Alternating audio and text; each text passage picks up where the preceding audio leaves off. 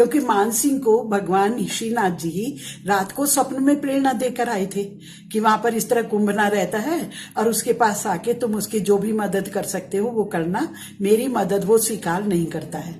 तो मान सिंह जब आते हैं तो श्रीनाथ जी उससे पहले, उनके आने से पहले कुंभन दास जी की गोद में आकर बैठ जाते हैं और फिर कुछ कहना चाह रहे हैं। जैसे ही कहना चाह रहे श्रीनाथ जी, इतने में इधर मान सिंह ने कुंडी खड़का दी। अब जैसे ही मान सिंह उधर आया तो श्रीनाथ जी अंतर ध्यान हो गए वहां से। अब कुंभन दास जी तो उसी के ध्यान में, ना जाने क्या कह रहे थे, ना जाने क्या कह रहे थे और एकदम चले गए। ना जाने क्या कह रहे थे, इसी तरह बुड़बुड़ाते जा रहे हैं कि ना जाने क्या कह रहे थे। तो इनकी जो भतीजी थी वो साथ में वो थी वहां पर, तो उसने जाकर दरवाजा खोला। मान सिंह खड़े थे तो वेशभूषा से पहचान गई कि कोई बड़े व्यक्ति हैं। तो उसने आकर बाबा बाबा देखो बाहर दरवाजे पर कोई आए हुए हैं। अब वो आ गए, अंदर बुला लिया, लेकिन अपनी धुन में, ना जाने क्या कह रहे थे, ना जाने क्या कह रहे थे। अब मान सिंह देख रहे हैं कि मैं आया हूं, मैंने नमस्कार किया, ना तो इन्होंने मेरे प्रणाम का उत्तर दिया, ना मेरी किसी बात का उत्तर दे रहे हैं, अपने में ही मगन है कि ना जाने क्या कह रहे थे। तो फिर उनकी जो भतीजी खड़ी थी उससे पूछने लगे। हाँ, तो इतने में कुंभन दास ने अपनी ही धुन में लगे बोलने लगे कि अरे बिटिया, एक काम कर, वो हमारा एक तो दर्पण ला दे और एक आसन ला दे, हमें तिलक लगा के फिर मंदिर में सेवा के लिए जाना है। तो वो बोलने लगी, बाबा आज तो बछिया वो आई थी, पड़िया बछिया को बोलते हैं, पड़िया आई थी, दर्पण पी गई और आसन खा गई। मान सिंह जी बड़े हैरान हुए, ऐसी कौन सी पड़िया है कि दर्पण पी गई और आसन खा गई। तो उनसे पूछा कि ये मैं समझा नहीं बेटा, क्या तुमने बोला है। कहते देखो, हमारे बाबा के पास थोड़ी घास का एक फूला रखते हैं हम, वही तो इनका आसन है, और ये कठौते में जल भर के रखते हैं, उसी में अपना मुखारबिंद, अपना चेहरा देखकर तिलक लगा लेते हैं, वो इनका दर्पण है। आज पड़िया आ गई अंदर, घास भी, वो आसन भी खा गई और वो सारा जल पी गई, अब ना दर्पण है ना आसन है।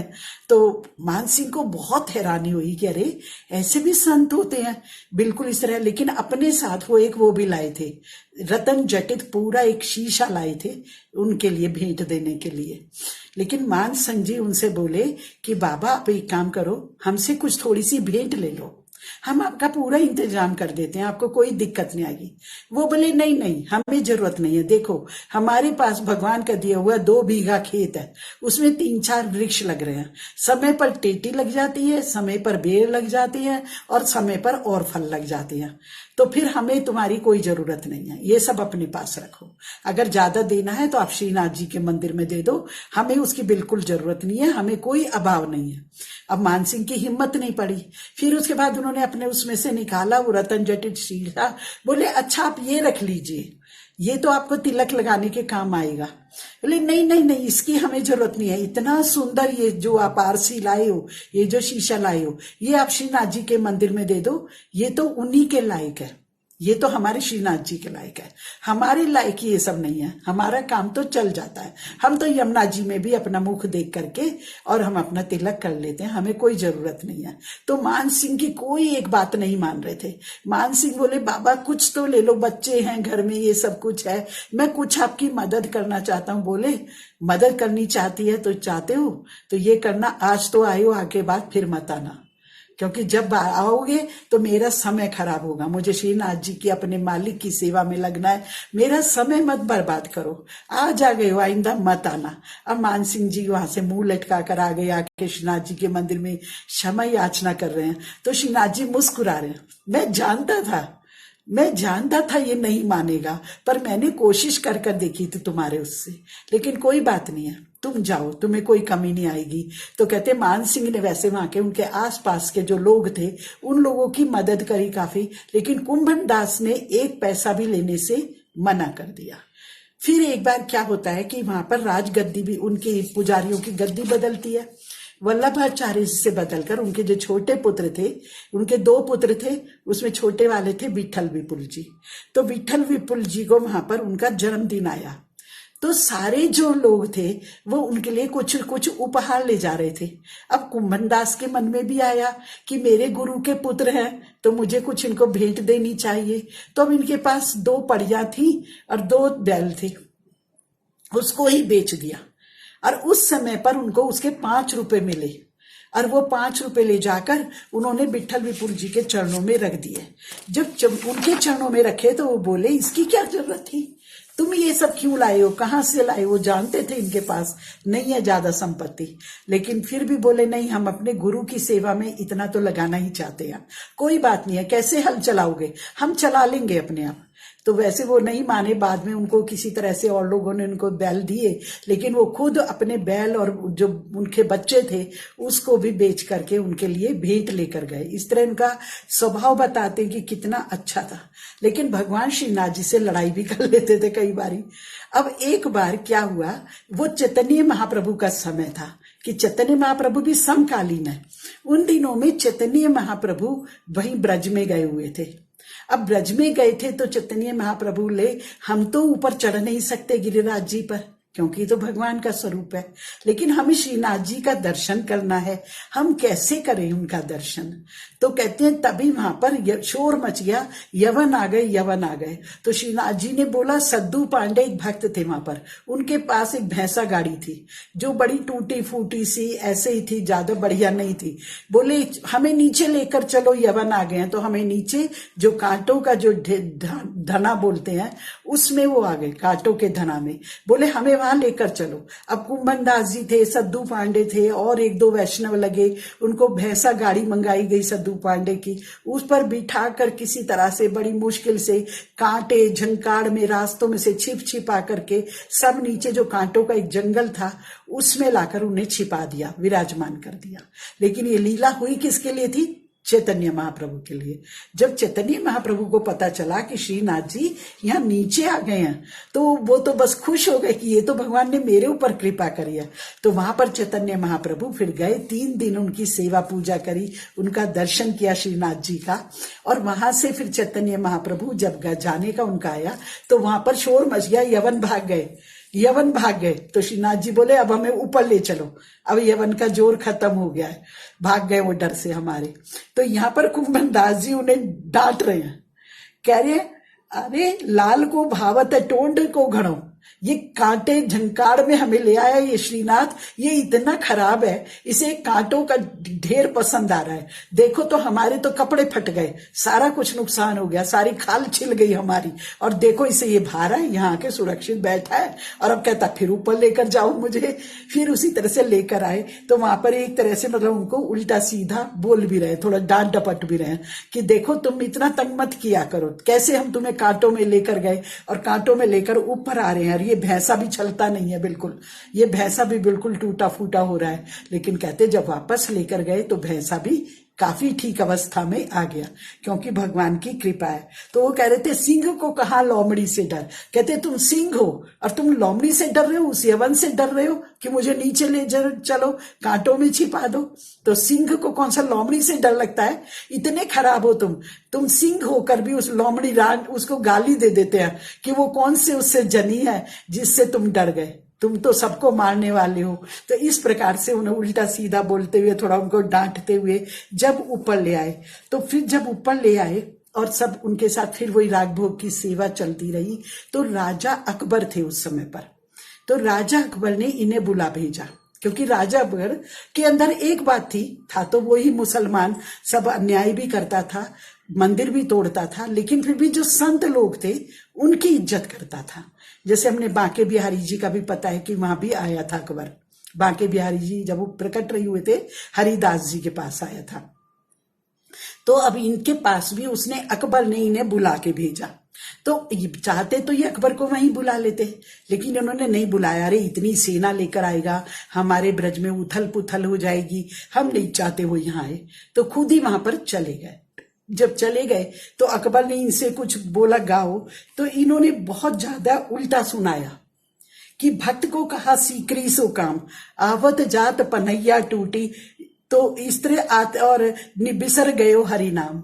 जो हम हैं, हमें सीकरी से क्या काम? सीकरी में उसकी उस समय वो थी, रहता था, तो सीकरी से हमें क्या काम? आते जाते जो चप्पलें थी वो भी टूट गई और हमारा हरि नाम जो लेते थे वो भी छूट गया। हमें नहीं इस तरह रहना। तो कहता मुझे कुछ सेवा बताओ। कहते सेवा कुछ नहीं है, सेवा करना है जाको मुख देखत दुख उपजे, ताको करन परिप्रणाम। जिसका मुख देखने से ही दुख उपजता है उसको प्रणाम करना पड़ रहा है हमें, और तुम कहते हो सेवा बताओ। कहते नहीं सेवा फिर भी मैं आपका सम्मान करता हूं। कहते अकबर ने उन्हें कुछ नहीं कहा, हालांकि इन्होंने मुंह पर उल्टा सीधा सुनाया, फिर भी कुछ नहीं बोला अकबर, और बोलने लगा मैं आपकी सेवा करना चाहता हूं।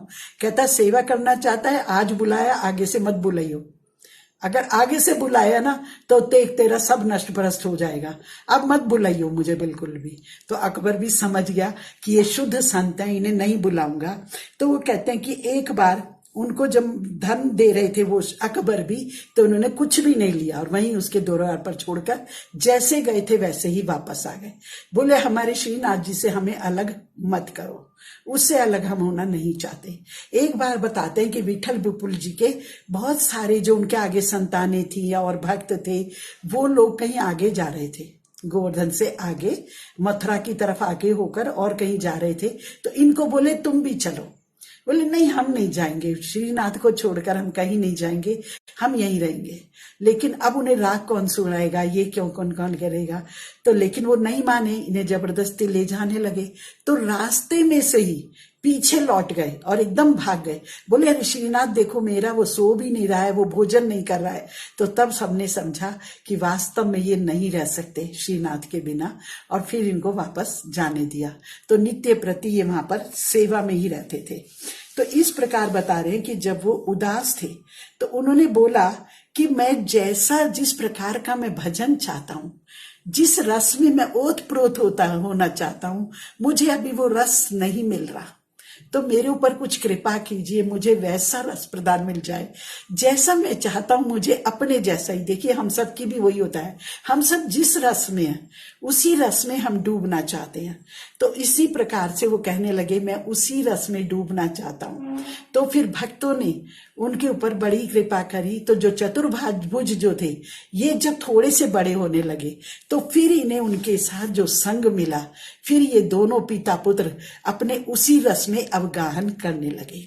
जो उनका निकुंज का रस है, खंडिता के भजन गाते थे, राधा रानी के और कृष्ण के जो मिलन के और वियोग के पद थे, उस सब में ये आनंद लेते थे। जिस प्रकार वृत्रासुर ने भी बोला था वीर्य या सामंजस्य, जैसे वृत्रासुर ने भी बोला था कि मैं क्या चाहता हूं, आपसे मेरा बार बार वीरा हो और बार बार सामंजस्य हो। वीरा भी इतना बड़ा ना हो कि बहुत दूर चला जाऊं, लेकिन सामंजस्य भी इतना ना हो कि इतना नजदीक आके मैं आपके अंदर त्रुटियां निकालने लगूं।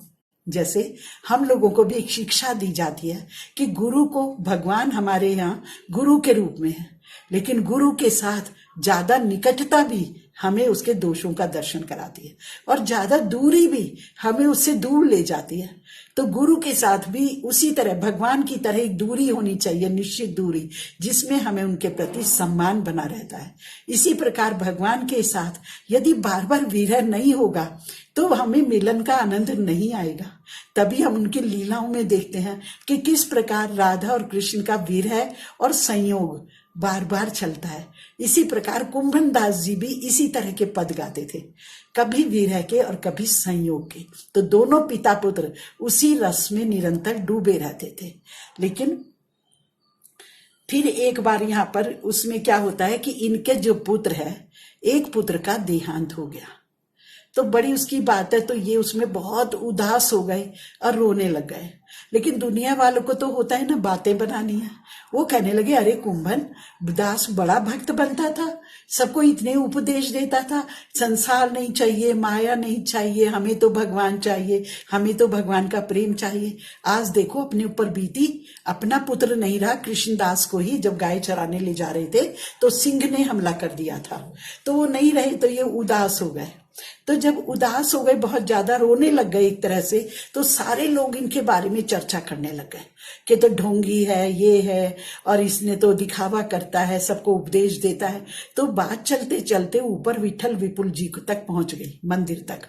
जब वहां पहुंची तो बोले अरे ऐसा तो हो ही नहीं सकता। तुरंत उतर के आए, आकर के कुंभन दास जी के कान में कुछ बोला। जैसे ही कान में बोला कुंभन दास तो एकदम उठकर खड़े, खुश हो गए और एकदम स्नान करने की तैयारी, मतलब बेटा जो मरा हुआ पड़ा था उसका संस्कार करने की तैयारी करने लगे। तो सब लोग बहुत हैरान हुए कि ये सब क्या बात हुई, ऐसा आपने क्या कह दिया उनके कान में। विठल दास जी को बोला, विठल विपुल जी को, ऐसा आपने उनके कान में क्या कह दिया कि ये एकदम करंट की तरह एकदम उठकर खड़ा हो गया और उसका रोना धोना एकदम बंद हो गया। तो वो कहने लगे तुम तो मूर्ख हो, तुम सबको नहीं मालूम, वो पुत्र के वियोग में नहीं रो रहा था, वो इसलिए रो रहा था कि सूतक लग गया, मेरा पुत्र मर गया, मुझे सूतक लग गया, अब मैं जब तक इसका संस्कार पूरा करके इसका सारा पूरा नहीं कर दूंगा 12-13 दिन, तब तक मैं मंदिर नहीं जा पाऊंगा, मैं श्रीनाथ मेरे पास नहीं आएंगे और मैं उनकी सेवा नहीं कर पाऊंगा, उससे वंचित हो जाऊंगा। तो आपने क्या कहा?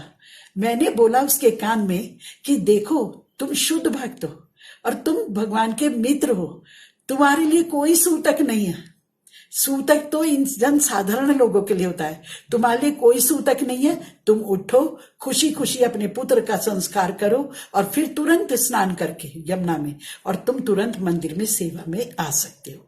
जैसे ही उसने सुना कि तुम सेवा में आ सकते हो, उसने तुरंत वहां से खड़ा हो गया। इस प्रकार हमें कुंभन दास के चरित्र से मिलता है कि किस प्रकार भगवान उनके साथ खेलते थे। कहते एक बार तो भगवान ने एक क्या किया कि ये खेत में बैठे थे, एक मुंडेर पर खेत पे वहीं बैठे थे एक पेड़ के नीचे, तो वहां से एक ग्वालिन जा रही थी और उसके झोले में कहीं खेत पर रोटी लेकर जा रही थी अपने पति के लिए, तो उसके थैले में थोड़ी सी रोटियां थी, तो उसको कुंभन दास को तो एक चकमा दे दिया।